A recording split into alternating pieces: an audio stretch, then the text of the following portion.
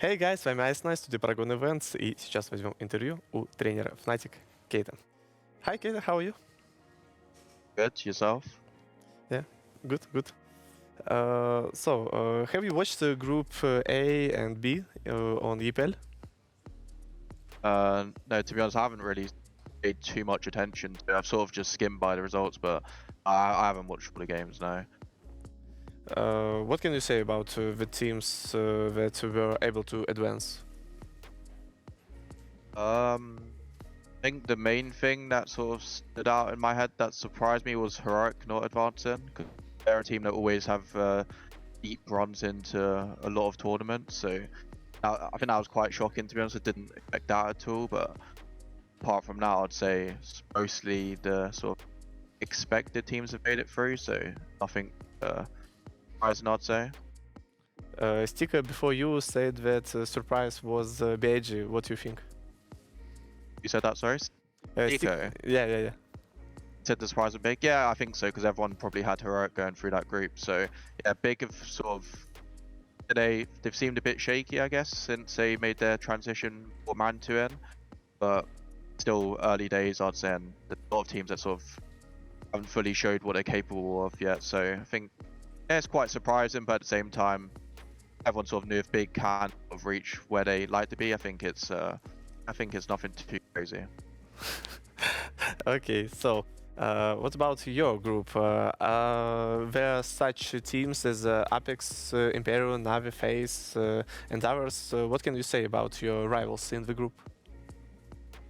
I think the two toughest opponents would be NAVI and FaZe, obviously. I think NAVI probably still not fully reached their potential. They're quite shaky and up and down, but I think it's kind of the same with FaZe, but I think with both teams, you sort of know that they have such brilliant players, and if they also have such experienced players that any time they could sort of go up. So I think they'll sort of be the top favorites to sort of pass the group, and they'll be the people that are trying to contest for first place in the group.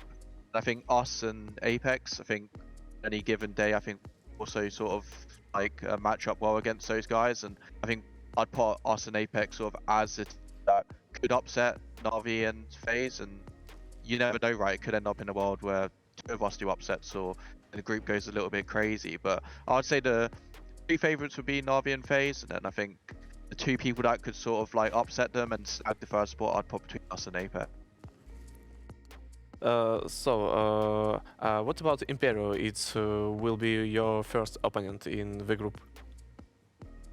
Yeah, I don't know too much about them. They've sort of only had a few games, I think, since they lost Fallen, and they've honestly had some good results, some close results, but I don't think there's been enough now where we can sort of judge them too much as a team and sort of say, okay, they look like they're a promising upcoming team. So for me, it's not too dissimilar to sort of when we played those sort of 9Zs and when we played like MIBR last season. I'd say they play pretty similar, and we're not too worried about them. I think it's more on us, how we sort of perform and our mentality going into the match on the day. But I'd like to think we're favourites and not too worried about them too. Who will be the most dangerous player in this team? In Imperial, there's one guy that I gotta remind myself. Okay, yeah, I think Hen 1's always been a pretty sort of solid AWPer, especially he was really good when he was playing for Furia. I think he's someone that's like never let his foot off the pedal. He's always been pretty good.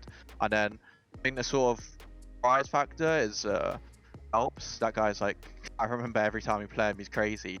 He runs at you, and I remember when he even back in the day when he played in MIBR third, the guy was crazy. So I think he's someone that could sort of be fun to watch, and he's got a very unique playstyle. So I think Hen 1 and Phelps, I would say. Yeah. It's Brazilian crazy style. Yeah, they have some crazy players. Okay, about your team. Afro and Dexter was joined to you in July. You managed to play at Gamerstate, IM Cologne, with new roster. Were you able to improve your team play? I think it's still pretty early to say. honestly, I think even though it was only changing 2 people, I think it felt quite significant because we were changing the in-game leader. So there was a lot of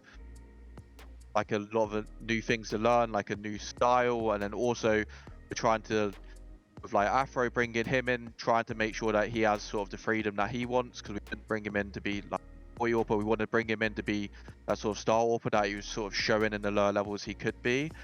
So I think that transition, I think it's honestly been pretty smooth as it could be, but I think we still time, and I wouldn't say it's been like an instant pick. I think right at the start it did feel like that, but I think that's quite normal and like new have that honeymoon period. I think we are still sort of getting to know each other and learning each other and learning how Chris likes to call and how Afro wants to up. So to be totally honest with you, I still think we are still getting to know each other, and with every tournament we're learning more about each other. What was your role when you choose new players in Fnatic? My involvement in like choosing the new players. Yeah, so we have it's not just me picking the players. So we have like our general manager, and then we also have like Khan, and then we have a few other people, and there's different people scouting. And my role was essentially we have a GM and higher up that are sort of looking at the field, talking to agents, looking at players, and they mostly just ask my opinion, what are my thoughts on this player, do I think that do they think I could implement them to a team, have an interview with them, or to find out more about them as a player. And I obviously have a say, and I think if I really didn't want to get a player, they would be okay with that. But it's like a group thing where I don't think it's just me deciding or just the GM. It's sort of a collective thing. It was like a team effort. It was like you have list and you choose like we can try to buy this player, or you try to find free players. Yeah, it's also dependent, right? So depends on the price and how long's left, and so many different things go into that. So it wasn't really like a list of we only need 3 players or we're willing to spend a lot. It depends on the player, how good he is, his potential, his brand, and stuff like that. So that part I'm not so involved with, to be honest. I'm more just like, they tell me this player, we can possibly get this player, what do you think? I said, yep, sounds good. But in terms of like contracts and buyouts, I'm not involved in that side of it. What's the main task from you, like a coach, in general? I think a lot of things, and it depends a lot on the team. So I think in the last lineup we had Mezzi being an in-game leader, and it's his first time being an in-game leader, so I had to work a lot with him, sort of helping him develop as a leader and help him develop as an IGL, sort of teaching him how I think a team should be run and how I think he should lead a team, and the different calls I think he make in different moments. So I think me and Roy had a lot of focus on sort of helping him become a better in-game leader, and sort of I was more focused on the in-game side and bring in what I thought was important to our team, what we need to practice and what we need to improve on a daily basis. I think in this team it's a bit different, with Dexter having more of a clear path on what he wants to do. So I think now the leadership's a bit more split, where some days he might say, hey, I want to talk about this when we meet up, I think this is really important to talk about, we need to go through this. And some days it'll be, whereas I think in the last lineup it was more me saying that, so Mezzi could sort of focus more on himself, and he was all more new to it. But I think now it's about me and Chris finding that balance. So I'd say all the things I mentioned, but we're just splitting up the responsibilities a bit more. So I think I have a bit less to do on sort of the managing the team and the tactical side, and that could free me up more to sort of work with the players one-to-one, and what do you also, right, just sort of depending on the player and what they need to work on. Okay, last 2 short questions. Do you know that you in Liquipedia have tag strategic coach? Do you know? Yeah, I do, yeah. But I haven't seen this tag from other coaches before. Why? I think it's honestly just like not something to look into. I think in League of Legends they have like strategic coaches, and then when they announced me they just had it as that, and then I asked like, what does that mean? Just told me nothing like about it. So it's not like we have some special like I'm strategic coach and then we have like another coach and then we have a player coach and a team coach. It's just a name, honestly. We have the same setup as like 99% of tier 1 teams. Like I'm the head coach. I'm called strategic coach when they announce me and on LinkedIn, but I'm really the head coach. And then we have an analyst. So it's the same setup as every other team. Nothing different. We're not doing some crazy new stuff. So just a name. Okay, that's all. Thanks for you, for attention. С нами был тренер Fnatic.keita. Друзья, услышимся. До скорого.